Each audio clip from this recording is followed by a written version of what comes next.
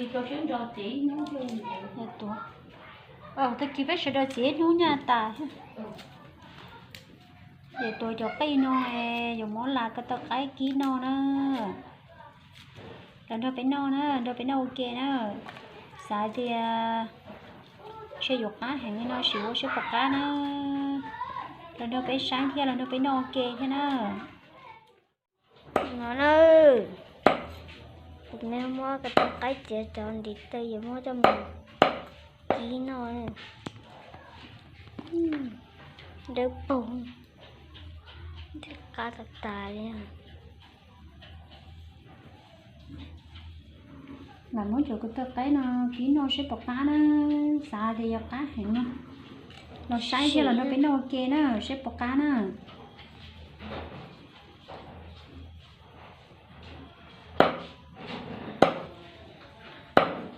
Bây giờ ô tô nó bên nó nè. Nó lên đầu trời. Thôi cũng mấy là nữa. Không nói nữa. Cái là cái môi tiền luôn đi chặt. ủa rồi có đồng nói được bạn Nó sẽ mất ký ở chưa chú ở. Phải Cho nên đi theo. anh có chuyện đến đây rồi Ở trên tầng này. Cho lọ. Ôi là chỉ muốn đó. Chờ cái. nó chỉ mới tí Chặt tay. thì nó vô cây tiếp kia nữa. Cho là của xí xơ là trước cá thì nó.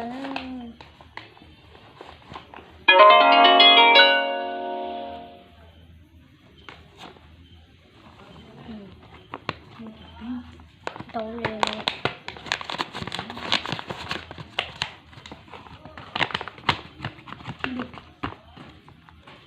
em nói dùng món chuột là lại kia Ôi trời ơi. rồi bà hãy chơi cho Chị hai là hai mẹ. Mới sáng nào lòng tì đủ rồi không? Nó nữa. Nó đỏ nữa. Cá này nữa. Muốn là li no chia ít bia gì mà li Cho một kia nữa. cho một ký đó sẽ nên rong trà nữa chỉ qua thất thôi rồi sao chỉ tàu cờ lên đó xả sẽ chè qua xin nữa xả thì qua lên non non chơi giờ cá hàng nó chè Xỉ xưa. chỉ có mấy mọ qua xin nữa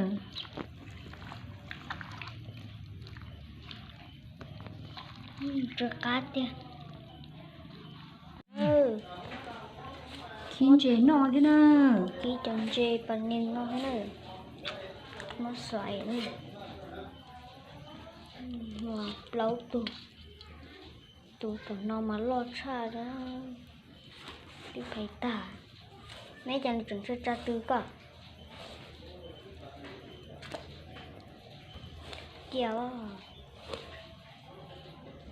Nó xoay. Xoay chè kín nó.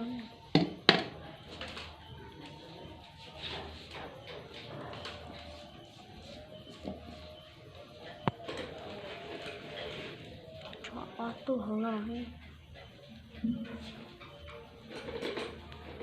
Nữa. Mới là nữa. Là chọ tì chọ khéo bà ta nữa. tuổi khó cái gì thế tuổi khó khẽ là trong thế là cá nữa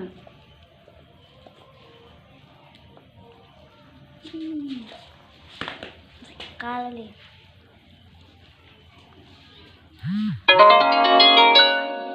thì ô tô chứ chỉ có nó bên mò nè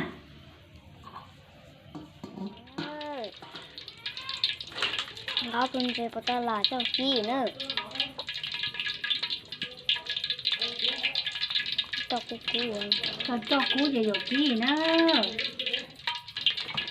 khiến chè chia Bà tao cay ra. chỉ cả tàu cái no đó con no nè thì không cái năm po ok đó Nó cái nó mò nó. Tao cái cú rồi. Gì ơi.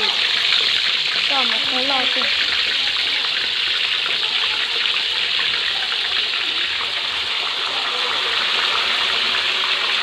tin rồi đâu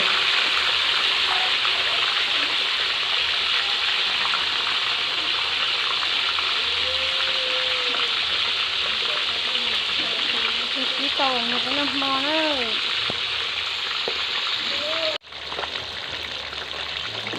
nó thân chế đã đa lên nọ đó tôi chẳng cái gì là diệt tá hẹn đi đó là nó cái nô chè nó cái nó mổ chè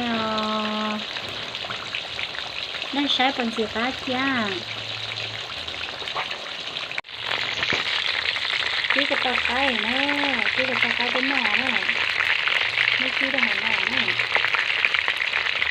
chè tao có hay gì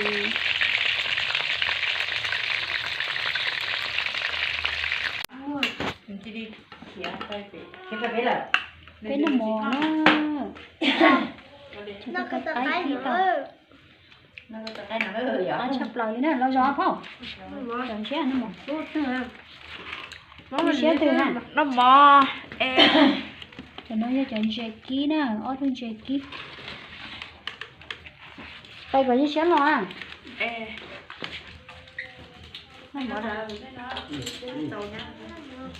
chứ nó mà bây giờ có chuyện một cỡ lúc đó lớn không? Tôi nhớ tổng thẻ tao này ạ. giờ có chuyện tao phải hả phải tao chỉ trồng Có đuôi tài của tôi thẳng cho tôi con ấy thế thì đi sát thẳng cho tôi con này nè. bỏ ra đây là khoảng một liên liên này sao? Cho đi cho.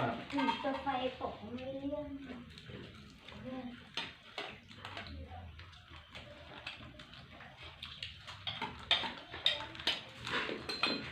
Người cho này tôi này nuôi dâu tôi tỏ nó xuống hơn tới đọc một tỷ bé. Lấy rồi chả. Thế mà tỏ nó hay một cái đế chèn. Đỡ hoa đâu này. Trong trong thời đấy nó có luôn rồi. Nó có luôn rồi chỉ nào có chỉ tao hoa.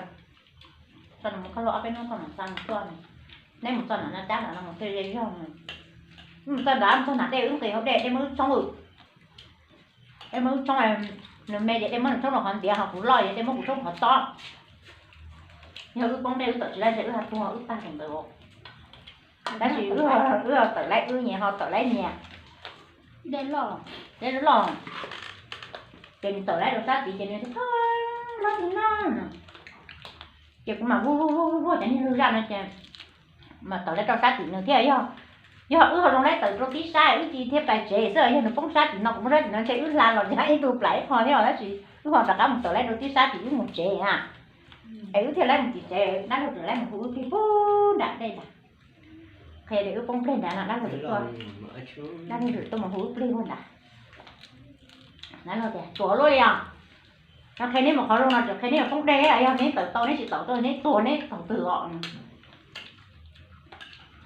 này tôi về với tôi không sai tôi một bọn này có số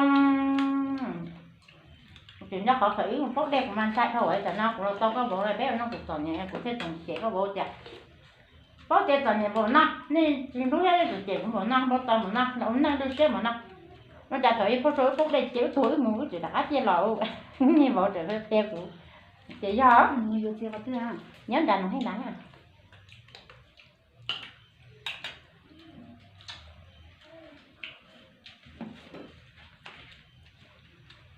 rèn chặt tôi quả chỉ cho tàu này có biết cho chị tàu này cái này vô cái tiêu của tỏ tập kia này tôi tàu ta nữa là hai muốn rượu nó đưa tàu còn nó bây giờ muốn đằng hay là tím muốn nhỉ nó muốn nhỉ đâu nó không tán đâu có từ đâu muốn như ta nó đang đỡ còn cái tuần thay nó là rồi tuần này không đã bé này rồi để là do tôi dùng cái món đánh thì tôi chỉ chèo của tôi sai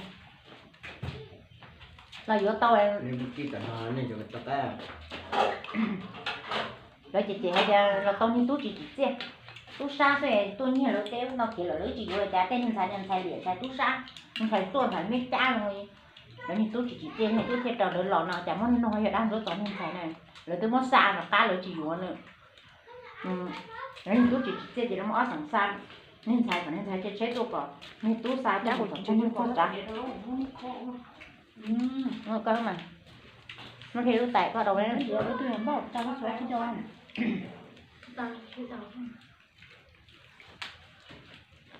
thì lớn nông tiền rồi món xài là cái gì cái gì nó tưởng nó nếu tôi xài sổ thiên tham mà dù là cho nó thì tôi xài sổ mà nếu tôi xài sổ thì thầu dù là ít nhất là chỉ nhiều là cho là chỉ có hay tiền xe gì đó luôn nên xài này kìa nó chả thay gì Đây nên là được xuống thay men nữa nè.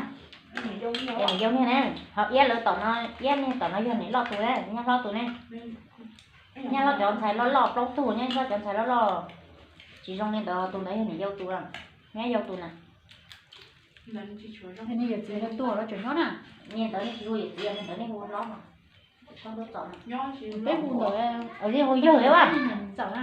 ừ nhưng vui quá nó mà thì nó như lỗ mà ở sống còn cho cả không nhiều con mà Tránh cho.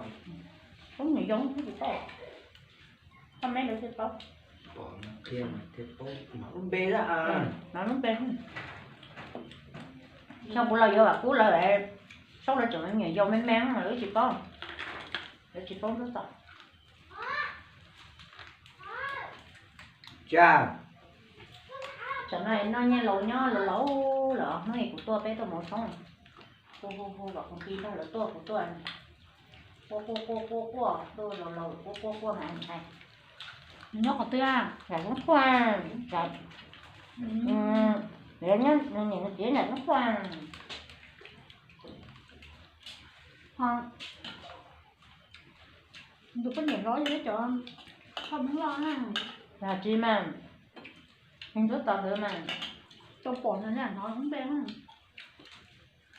lâu à lâu này có lâu thế này chỉ có chỉ đã giờ nắng theo thì đã rồi sao người tứ đọc một say rồi là nó trẻ mà người tứ bỏ mà người tứ trong người một người tê không đã thấy rồi thì là tay tung đã Nó đi ở lò xé nó ở sẵn từ con nhá. lọt Đâu phải nó sẵn. Ồ, thế ủa gì? Sống ở đây chịu hù nè, là hù chân nè à? nó giờ không là chú bé hù được chỉ con ta chỉ lại được cái mà Cũng mà hút đấy. chỉ là những chúng mày sợ của tao sợ mấy con ta sợ chơi mà lúc của tao nó khác này để nó trong nó còn là chỉ hú ơi đã là lớp trong hại rồi là để hú mà hú là kia hú dục kế hù được cái thế em dẫn lúc của em là chỉ hù của gì cái lại cộng mấy con Rú. giờ ghé cửa hai cái xíu cửa hai cái xíu khó rồi giờ hai hú này thế chỉ hù của chúng ta trong chỉ hù Nó xé. nó sẽ một cái gì mà ôi Ờ, chỉ không xe nó đâu có trả này đâu có tự thảm được gì không cứng cửa có thể có nhã gió Nhà được nó thảm nên tay nhà tủ. tại trong túi anh Đó à.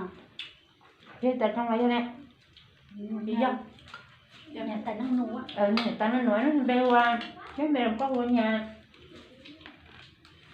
nhà nó nói nó như bê người ta nó nói như bê qua nhà ê tôi nhặt tay cái tôi tốt nó nó giờ là nhặt tay nó thì nó là tôi nhẹ luôn tôi xài tôi tốt chứ em này rất là nhẹ nhàng đi đó đấy nhẹ nhàng còn lại là nó biết thằng này cái tọa Giờ nó trở nên đến rồi nó thành nó.